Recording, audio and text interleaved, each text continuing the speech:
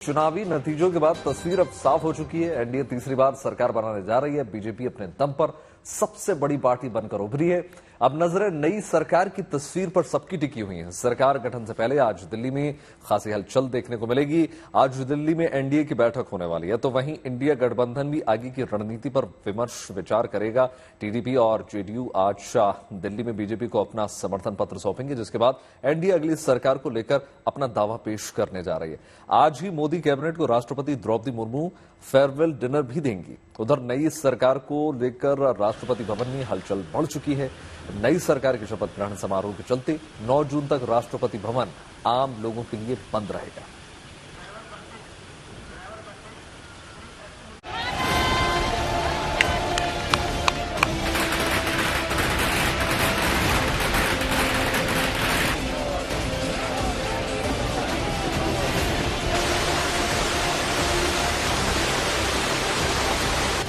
NDA की लगातार तीसरी बार सरकार बननी तय है। देश में लगातार तीसरी बार एनडीए की सरकार बनने जा रही है और नरेंद्र मोदी तीसरी बार प्रधानमंत्री बनने जा रहे हैं। लोकसभा चुनाव में बीजेपी को सबसे बड़ी पार्टी बनने और एनडीए को बहुमत मिलने पर देश भर में बीजेपी कार्यकर्ताओं ने जमकर जश्न मनाया। लोकसभा चुनाव के नतीजे आने के बाद मंगलवार शाम पीएम मोदी दिल्ली में बीजेपी मुख्यालय पहुंचे, जहां उन्होंने अपने संबोधन में जीत दिलाने के लिए मतदाताओं का आभार जताया। चुनाव में मिली इस जीत के साथ ही मोदी ने देश के पहले प्रधानमंत्री जवाहरलाल नेहरू के रिकॉर्ड की बराबरी भी कर ली। नेहरू के बाद मोदी पहले ऐसे प्रधानमंत्री होंगे जो लगातार तीसरी बार प्रधानमंत्री बनने जा रहे हैं। इस जनादेश के कई पहलू हैं। 1962 के बाद पहली बार कोई सरकार अपने 2 कार्यकाल पूरे करने के बाद तीसरी बार वापस आई है। एनडीए बुधवार को सरकार बनाने का दावा पेश कर सकता है। उसने अपने घटक दलों की आज बैठक बुलाई है। राष्ट्रपति भवन में शपथ ग्रहण की तैयारियां शुरू हो गई हैं। राष्ट्रपति भवन आम लोगों के लिए 5 से 9 जून तक के लिए बंद कर दिया गया है, जिसको लेकर इस बात की उम्मीद जताई जा रही है कि नरेंद्र मोदी 9 जून को तीसरी बार प्रधानमंत्री पद की शपथ ले सकते हैं और तीसरे कार्यकाल में उनकी प्राथमिकता क्या होगी, इसे भी उन्होंने अपने संबोधन में साफ कर दिया। अगर आप 10 घंटे काम करेंगे तो मोदी 18 घंटे काम करेगा। आप 2 कदम चलेंगे तो मोदी 4 कदम चलेगा। देश बड़े फैसलों का एक नया अध्याय लिखेगा और ये मोदी की गारंटी है। पीएम मोदी ने अपने संबोधन में विकसित भारत और भारत को दुनिया की तीसरी सबसे बड़ी अर्थव्यवस्था बनाने के लिए काम करते रहने की बात भी की। साथ ही उन्होंने ये ऐलान भी कर दिया कि भ्रष्टाचार के खिलाफ उनकी जंग जारी रहेगी। तीसरे कार्यकाल में एनडीए सरकार का बहुत ज्यादा जोर हर तरह के करप्शन को जड़ से उखाड़ फेंकने का होगा। चुनाव में एनडीए को मिली जीत और मोदी के तीसरी बार प्रधानमंत्री बनने को लेकर बीजेपी के कार्यकर्ता फिलहाल जश्न में डूबे हैं और अब इंतजार है मोदी के शपथ ग्रहण का। Bureau report, peoples today.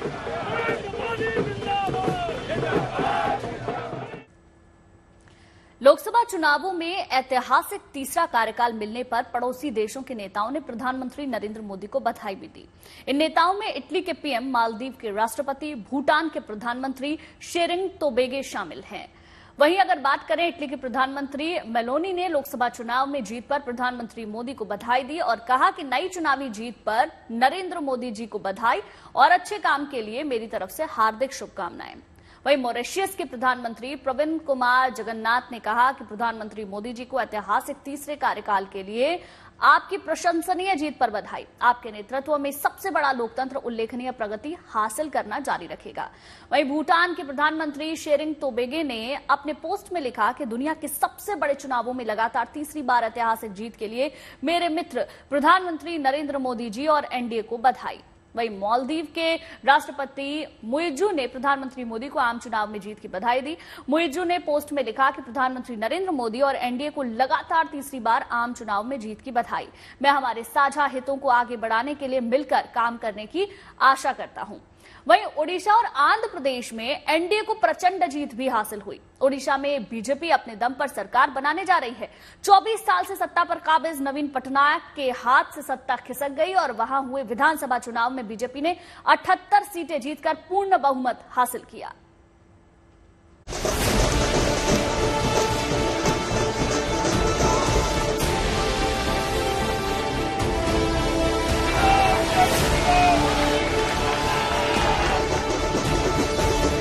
भगवान जगन्नाथ की धरती ओडिशा 24 साल बाद बड़े राजनीतिक बदलाव के लिए तैयार है।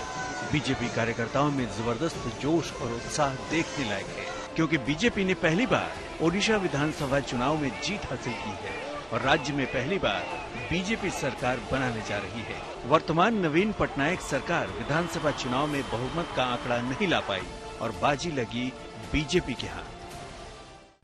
कई पीढ़ियों से वो संघर्ष भी करते रहे, जन सामान्य की सेवा भी करते रहे और पीढ़ियों से, मैं सालों से नहीं कह रहा हूं, पीढ़ियों से जिस क्षण का इंतजार किया वो आज सफलता को चूमने लगी है।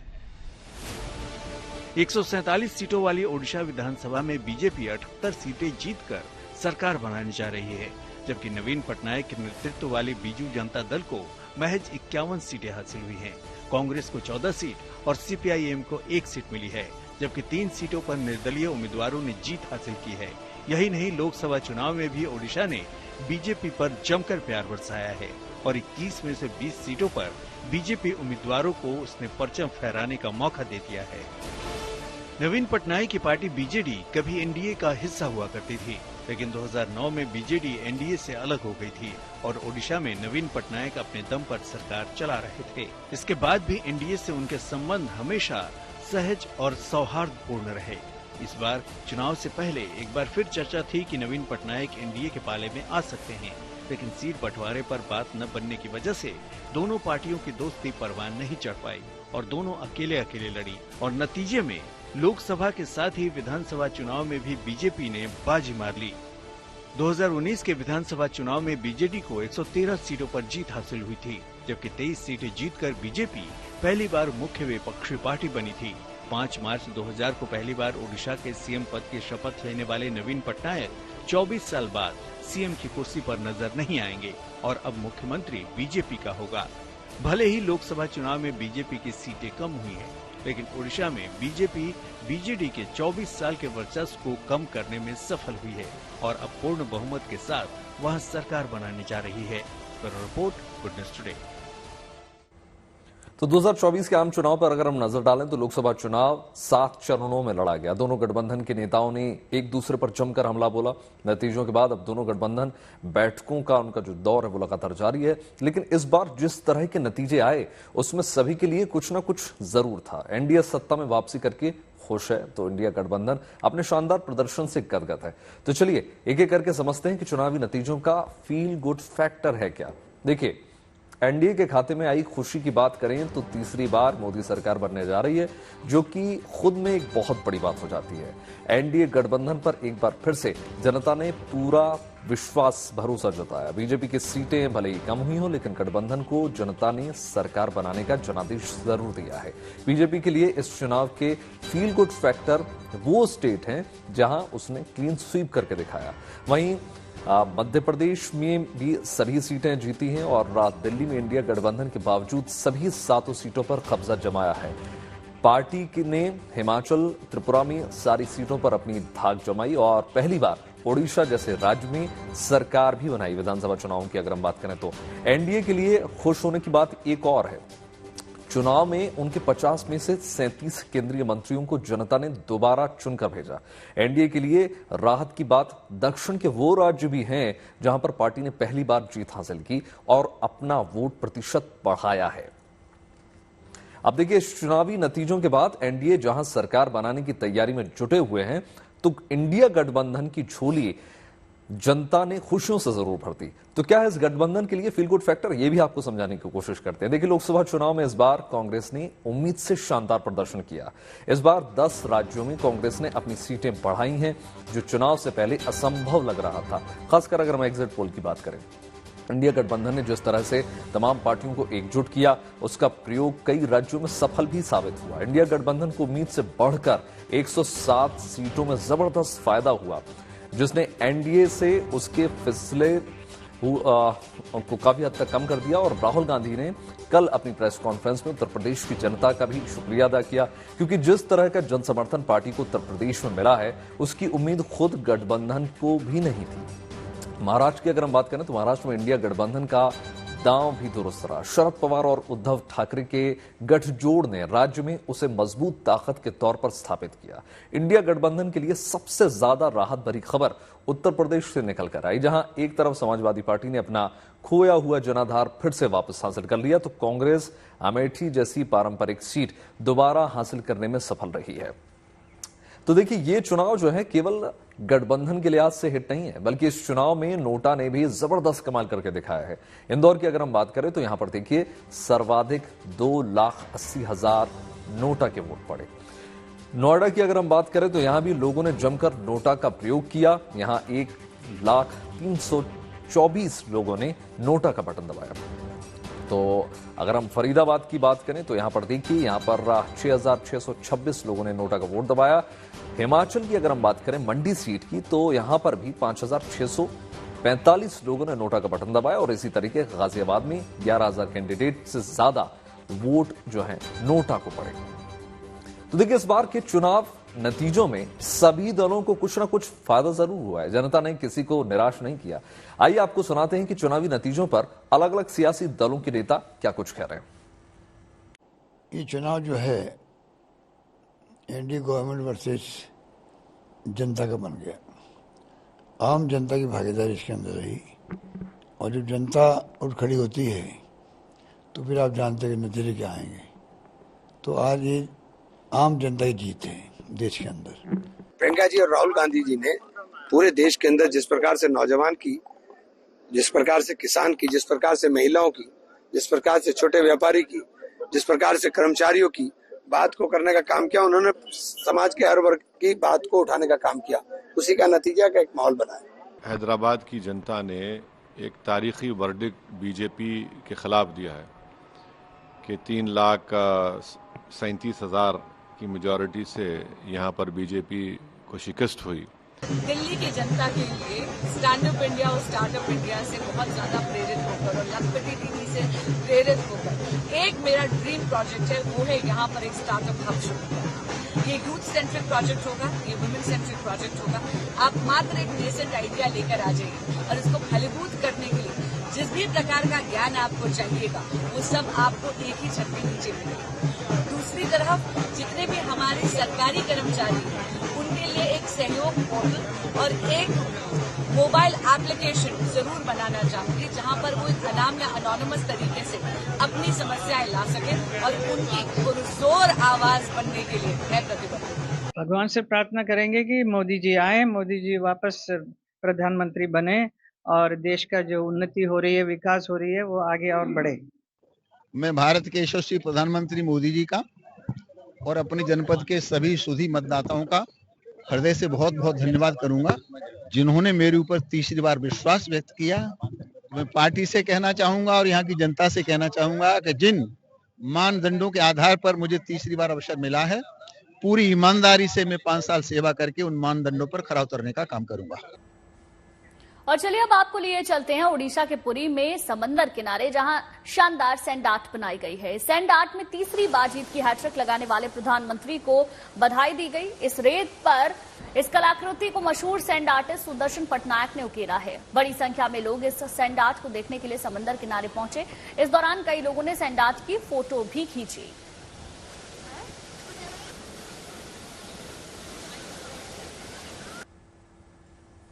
ऑनरेबल मोदी जी को हम यहाँ पर हमारा सैंड आर्ट के थ्रू अभिनंदन देने के लिए स्कल्पचर्स क्रिएट किए हैं। एक ह्यूज स्कल्पचर्स क्रिएट किए हैं जगन्नाथ धाम पुरी में। उनको ये बधाई देने के लिए स्कल्पचर्स के क्रिएट किया गया है। इसमें अराउंड 300 के आसपास जो डिफरेंट जो लोटस है, लोटस को इंस्टॉल किए हैं। उसमें काफ़ी दिया भी, जो मिट्टी का दिया है उसको भी इंस्टॉल किए हुए हैं। और जो विकसित भारत और न्यू इंडिया के जो क्रिएटर हैं, जो सारा विश्व में उनको हर कोई कोने में उनके जो फैन एंड फॉलोअर उनको बधाई दे रहे हैं। और हम एज एन आर्टिस्ट हमारा इस कला के थ्रू ऑनरेबल मोदी जी को बहुत बहुत अभिनंदन और बधाई। देखिए 10 मई से चारधाम यात्रा शुरू हो गई थी और भक्तों की भीड़ ऐसी बढ़ी कि सभी व्यवस्थाएं चरमराने लगी, जिसके बाद उत्तराखंड सरकार ने व्यवस्था को संभालने में पूरी ताकत झोंक दी और जल्द ही हालात पर काबू पाया गया। जो ऑफलाइन रजिस्ट्रेशन था उसे भी शुरू कर दिया गया। उत्तराखंड के मुख्यमंत्री पुष्कर सिंह धामी ने भी ये कहा कि अगर सब कुछ ठीक रहा तो यात्रियों की पंजीकरण संख्या बढ़ाने पर भी विचार किया जा सकता है।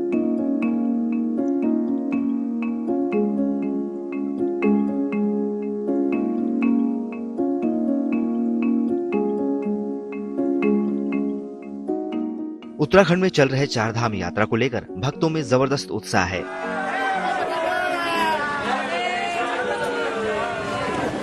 बड़ी संख्या में श्रद्धालु केदारनाथ, बद्रीनाथ धाम, गंगोत्री और यमुनोत्री पहुंच रहे हैं। केदारनाथ में अब तक 6.5 लाख से ज्यादा तीर्थयात्री पहुंच चुके हैं, तो बद्रीनाथ धाम में भी श्रद्धालुओं का महासैलाब उमड़ रहा है। भक्तों की भारी भीड़ को देखते हुए ऑफलाइन रजिस्ट्रेशन की व्यवस्था बंद कर दी गई थी, लेकिन 4 जून से ऑफलाइन रजिस्ट्रेशन की व्यवस्था बहाल कर दी गई है। हरिद्वार में यात्रा दफ्तर का निरीक्षण करने के लिए सीएम पुष्कर सिंह धामी पहुंचे और व्यवस्थाओं का जायजा लिया। सीएम धामी ने श्रद्धालुओं से बात की और चारधाम यात्रा को और सुगम और सुरक्षित बनाने के लिए अधिकारियों को निर्देश दिया। उन्होंने ये भी कहा कि जरूरत पड़ने पर पंजीकरण काउंटर की संख्या भी बढ़ाई जा सकती है। सीएम धामी ने कहा कि जिस प्रकार से धामों में सहज और व्यवस्थित दर्शन शुरू हो गए हैं और अभी कैपेसिटी 1,500 लोगों की है, अगर सब कुछ सही रहता है तो यात्रियों की पंजीकरण संख्या बढ़ाने पर विचार किया जा सकता है, बशर्ते यात्रियों को कोई परेशानी न हो। कुछ दिन पहले सीएम धामी बद्रीनाथ धाम की व्यवस्थाओं का जायजा लेने पहुंचे थे। कुछ दिन पहले चारधाम यात्रा में ज्यादा संख्या में लोगों के पहुंचने से सारी व्यवस्थाएं गड़बड़ा गई थी, लेकिन उत्तराखंड की सरकार और प्रशासन ने वक्त रहते व्यवस्थाओं को संभाल लिया। हरिद्वार से मुदित अग्रवाल के साथ bureau report, good news today. Gujarat के खेड़ा जिले में स्वामी नारायण मंदिर में भगवान को अन्नकूट का भोग लगाया गया। इसके लिए 10,000 किलो आम मंगवाए गए, जिसे प्रसाद के रूप में संतों और स्वयंसेवकों ने जाकर लोगों के बीच बांटा।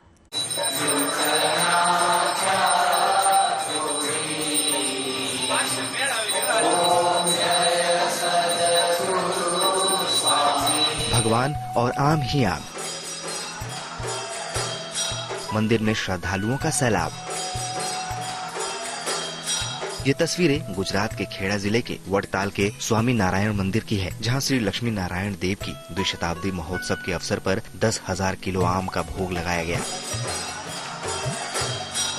इस मंदिर में अहमदाबाद SGPV गुरुकुल परिवार के स्वामी माधव प्रियदास जी और पुराणी स्वामी बालाकृष्ण दास जी ने रविवार को 10 टन केसर आम अन्नकूट का आयोजन किया, जिसे देखने के लिए मंदिर में भक्तों का तांता लगा रहा। 75,000 से ज्यादा श्रद्धालु इस आयोजन के साक्षी बने।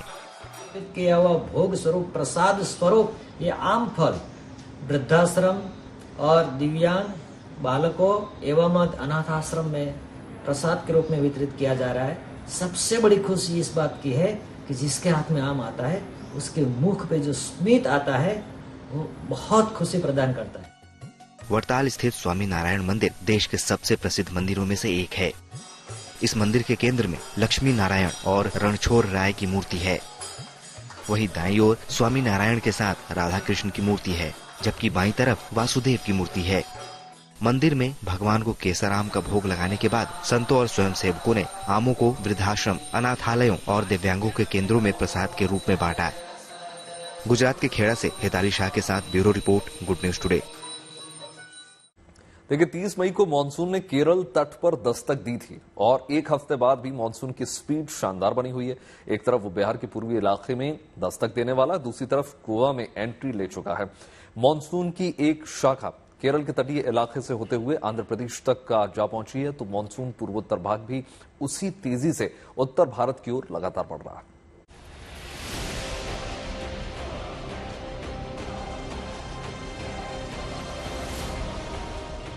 वक्त से 2 दिन पहले दस्तक देने के बाद देश में मानसून तेज रफ्तार से पूरे देश को कवर करने लगा है। पूर्वोत्तर इलाके में मानसून 10 जून तक पहुंचता था, लेकिन इस बार वो 3 जून से ही सक्रिय है। दिल्ली और आसपास के इलाकों में भले ही प्रचंड गर्मी पड़ रही है, लेकिन देश के दक्षिण और पूर्वी राज्यों में मानसून मेहरबान है। मौसम विभाग का कहना है कि दक्षिण पश्चिम मानसून के आगे बढ़ने की परिस्थितियां अनुकूल बनी हुई हैं, इसलिए मानसून अपने तय समय से आगे चल रहा है।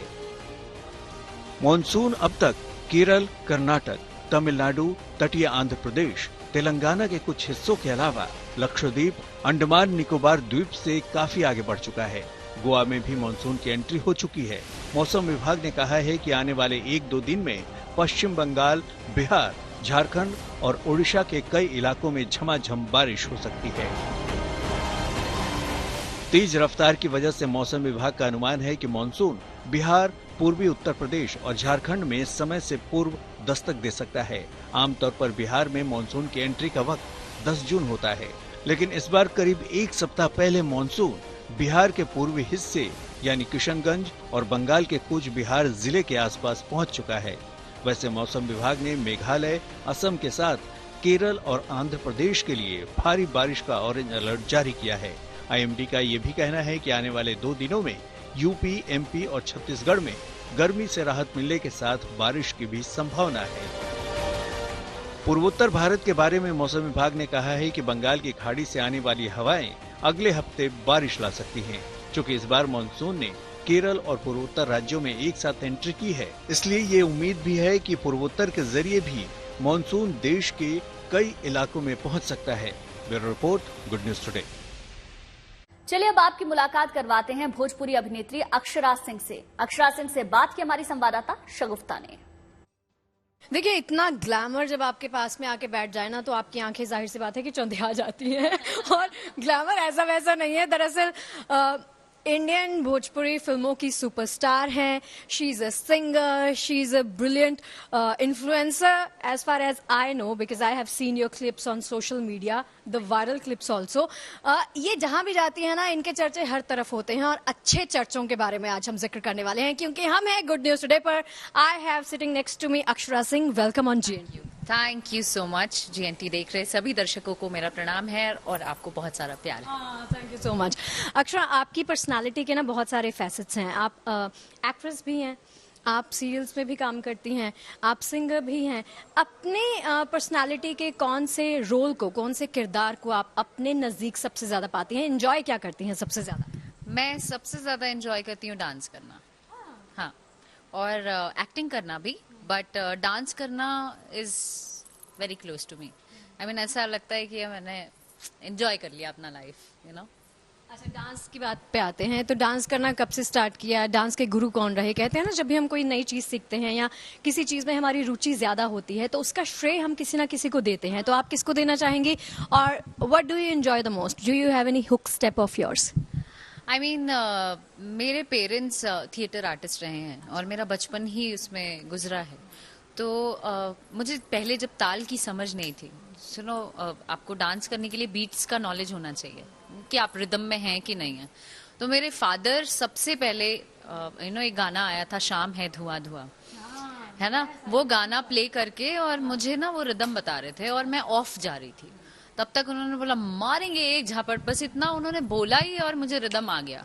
तो एक तरीके से मैं अपने डांस का गुरु अपने फादर को ही मानती हूँ कि उन्होंने ही मुझे सिखाया है। मैं ना अभी एक्चुअली थोड़ा सा आपके बारे में रिसर्च करी थी। इंस्टाग्राम अगर आप इनका स्क्रॉल करेंगे तो 6.7 million I guess, if I am wrong you can correct me, इतना ही है, 6.5 मिलियन है ना। अच्छा, एक जब आप इन्फ्लुएंसर होते हैं या जब आपकी इतनी बड़ी रीच होती है इन्फ्लुएंसर्स लोगों के बीच में, तो आपकी एक जिम्मेदारी भी बन जाती है लोगों के साथ कनेक्ट करने की। तो आप ऑफन लाइव वगैरह करती हैं? करती रहती हूँ मैं लाइव भी आ जाती हूँ, मैं रील्स भी बनाती रहती हूँ, मैं पोस्ट भी करती रहती हूँ कि उससे एक कनेक्शन बरकरार रहे। हालांकि social media is for now a days आप कनेक्शन तो रखते ही हो, लेकिन वो आपके अपने लिए भी होता है। सो मैं प्रायोरिटाइज खुद को पहले करती हूँ और फिर लोगों से कनेक्ट करती हूँ। तो ये वैसे ठीक है ना, of course you should love yourself first. अगर आपको खुद से मोहब्बत है तब जाके आप लोगों को प्यार सिखा सकते हैं, प्यार बांट सकते हैं, काइंडनेस बांट सकते हैं।